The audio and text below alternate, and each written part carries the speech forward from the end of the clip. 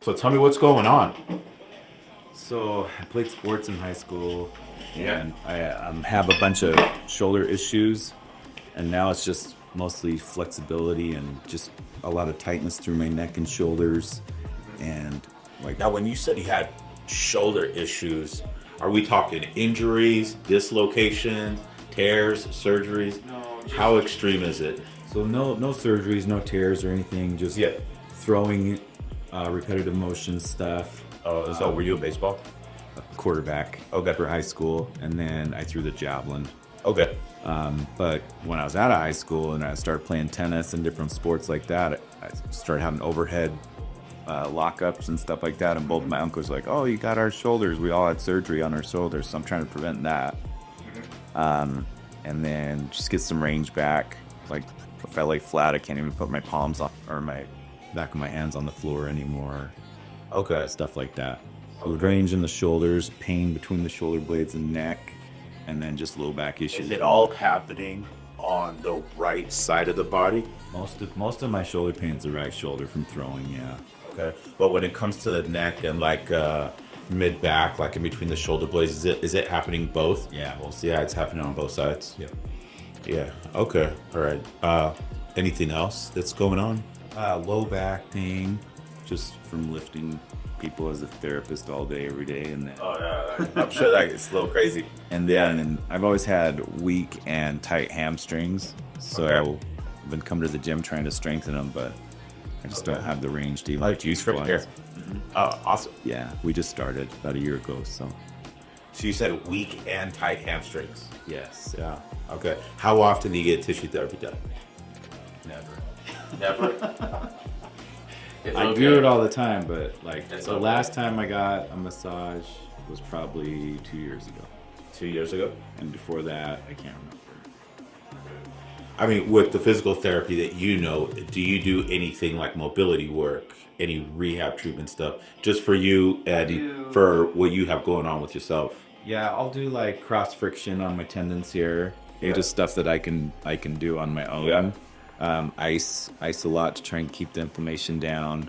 But I mean, all the stuff on my back, I can't really reach it, so I don't do it. And that's why Kate signed me up, because she's like, I can't do it. You're too big. You need a big guy like McGill to do it. Okay. So All right. Yeah, and the reason why I asked that is it's gonna just allow me to understand what your body can handle as we do the tissue work. Because a lot of times it's like, do I need deep tissue work? And a lot of it is maybe yes, maybe no. Maybe the fascia is just too stuck and not letting the muscle move, or maybe there's fixation in the joint, especially that shoulder, where now some muscles become very tonic on the posterior chain that's not allowing other muscles to move, to allow the range of motion to go through. So but that's what we're going to try to discover today and see if we can pinpoint those issues and just open up the muscles so it can move better.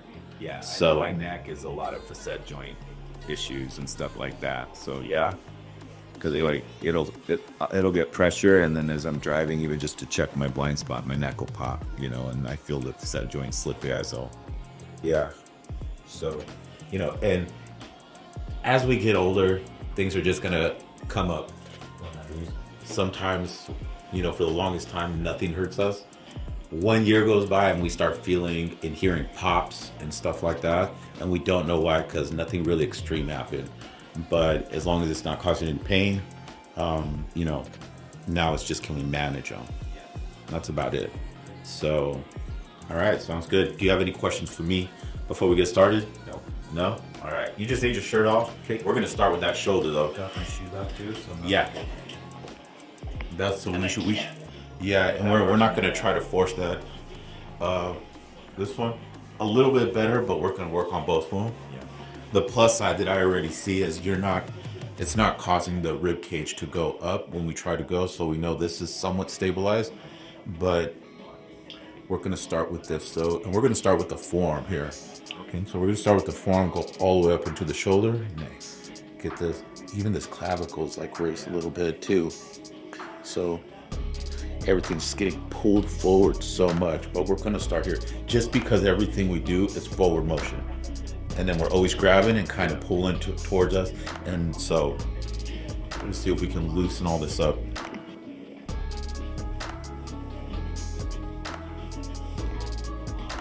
Working through here is going to complement the infraspinatus.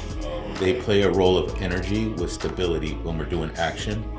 So this radial brachialis and the infra, they talk together when there's activity. When you grab something here and you're like moving away from you or pulling or pushing something. So one can indicate another one is of activity and recovery. Working with people at your job and then being sedentary for a certain portion of the time and then training on top of that, the muscle tissue is always being stressed at some degree, but not receiving recovery. Gotcha. And then it's like, are we stressed activity wise or are we stressed in a fixated state? And that's what people just don't get. Yeah. And then it just bypasses us mentally because it's small things that we don't see until one magical Tuesday. And then you're like, that doesn't feel right. Yeah. So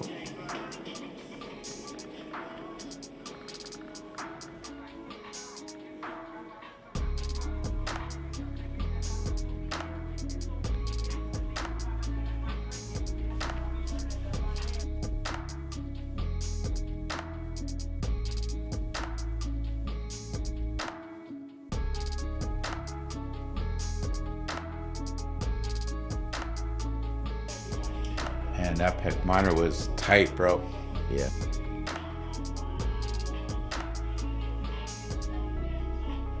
Does that hook under the clavicle? Pec minor, does that hook under clavicle or no? No, it goes on to the coracoid process. But when it's tight, we know it shortens. And then it's pulling on either ribs 3, 4, and 5. Or up there, I'm going to assume it's the shoulder blade. But then we know the coracoid brachialis and the short head of the bicep here, both attached to that same spot as well. So everything we do from this joint to that point on the shoulder blade, it's all going to cause tension to go forward, putting stress on the posterior chain, you know. And then it's one of those issues where time is what's the major factor. You do it every now and then, you don't feel it. You do it for 5, 6 years, now you have chronic tension, and then there's a big imbalance. And then we got to train. We have to train the motor nerve function of the muscle tissue to say, okay, this is how I've been for the past 5 years. We need to get you back to normal. Yeah.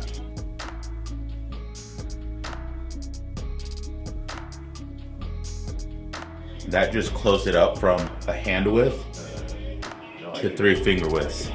So now we're going to be able to get into the teres and now really depress that shoulder blade by releasing that anterior striatus. And the goal is to get this as flush as possible. Okay. So let's see what we can do today. So this isn't very deep, it's not very rough, it's just going to be very superficial, but it's going to bring so much blood to the area. Gotcha.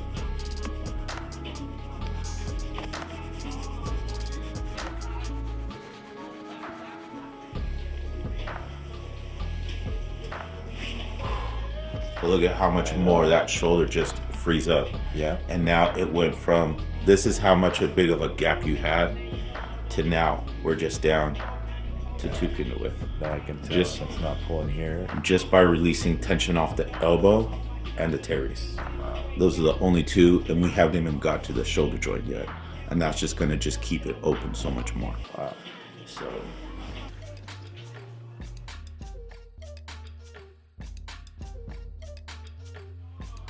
on straight metal here, it just caused too much trauma to the tissue. Gotcha. So this here, we're just bringing friction. So, but bone with bone works really well together. This is gonna be a little sensitive there. I can already tell all that grittiness in there. Those are fascial adhesions right there. And that's fixating that serratus muscle, stressing out the intercostals, not everything from rhomboid minor, major, and that levator to not operate properly.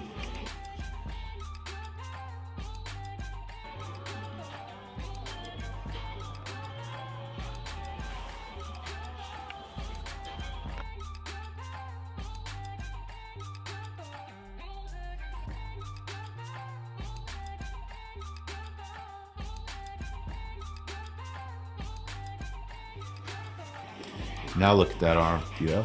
Pretty flushed in there. Yeah. And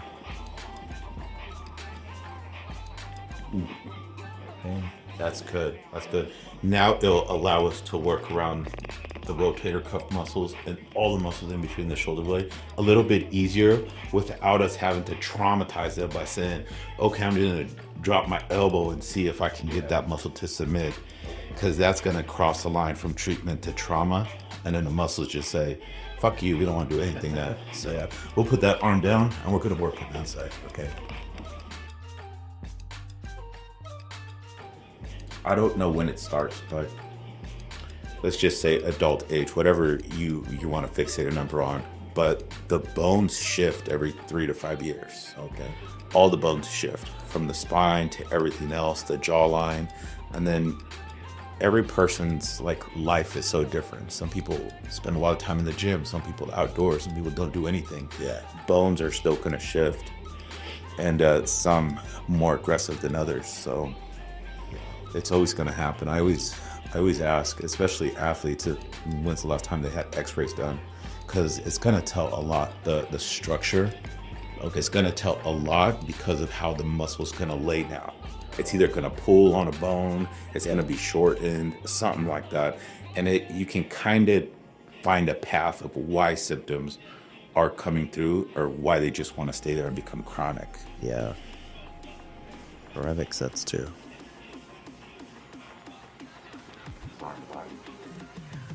That's the problem.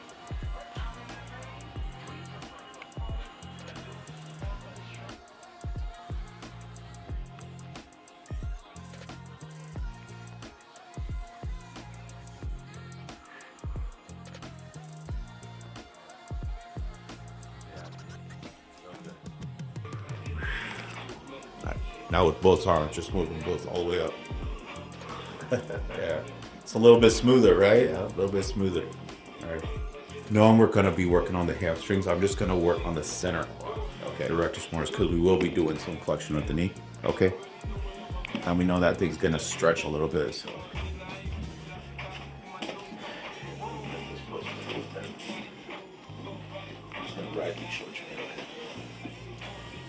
It's going to be a little bit slow tempo.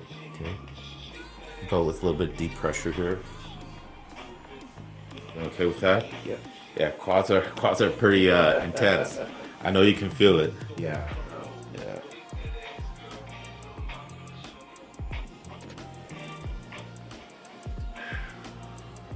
You okay with that? Yep. Alright, good. Yo, but the second down fit, out fit. I know that is Scott, motherfucker, Scott doors.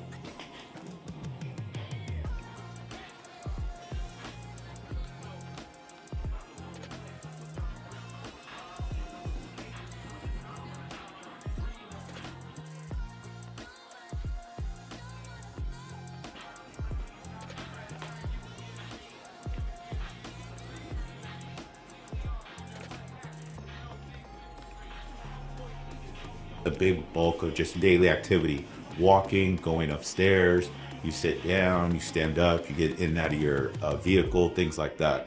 As soon as you introduce training, like workout training, strength conditioning training, not only will the plantaris muscle be a little tight and effective, but right inside the arch, the muscle that goes into the big toe, now it's going to play a role of stability and perception, like proprioceptive action, whether you're doing squats, deadlifts, whether you're like loading up and down plates. This is now going to take a role, and we can already tell that's tight.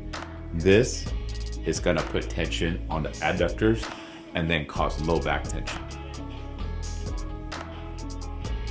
You know, because sometimes somebody can have like some back tension, and you find out you're like, there's really nothing that aggressive happening in the back, but when you find out how they train or how their day-to-day activity goes, we can kind of correlate that down to the foot.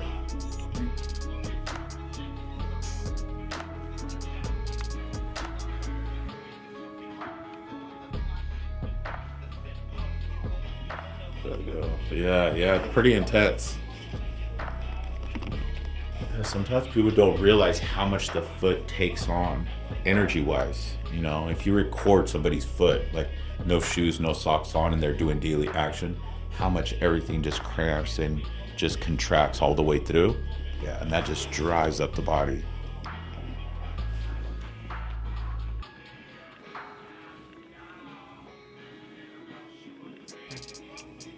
If it's fire,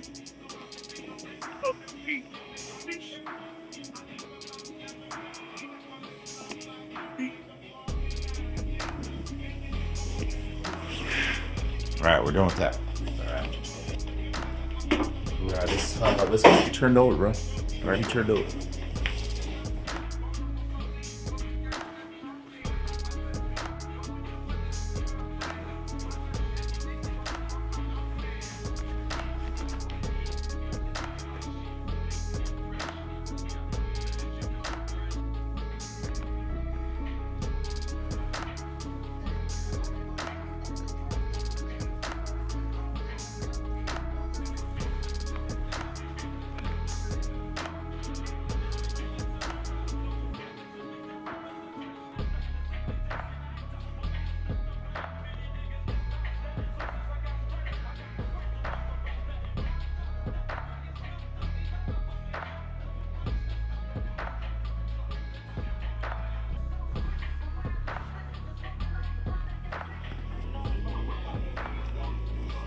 We're gonna start right here and work back in.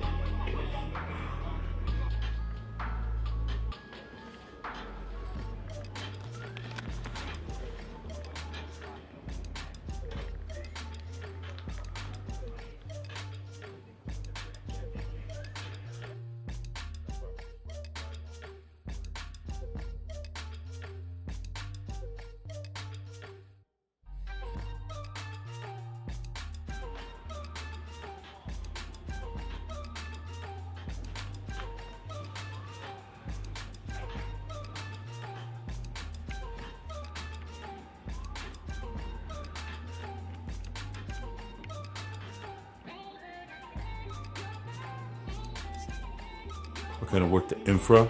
We're gonna go left to right, okay? Okay. don't keep it in the home.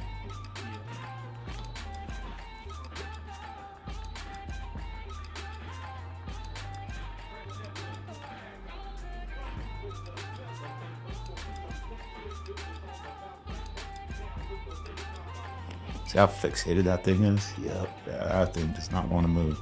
It's not the same on this side.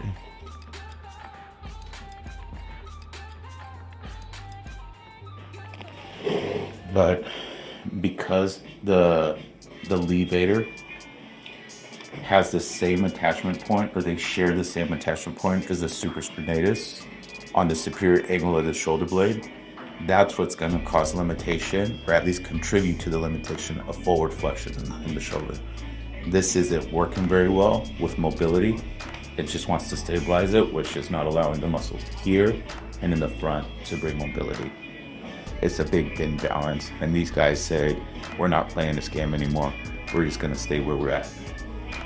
So, and we know that supraspinatus is one of the primary movers for forward flexion.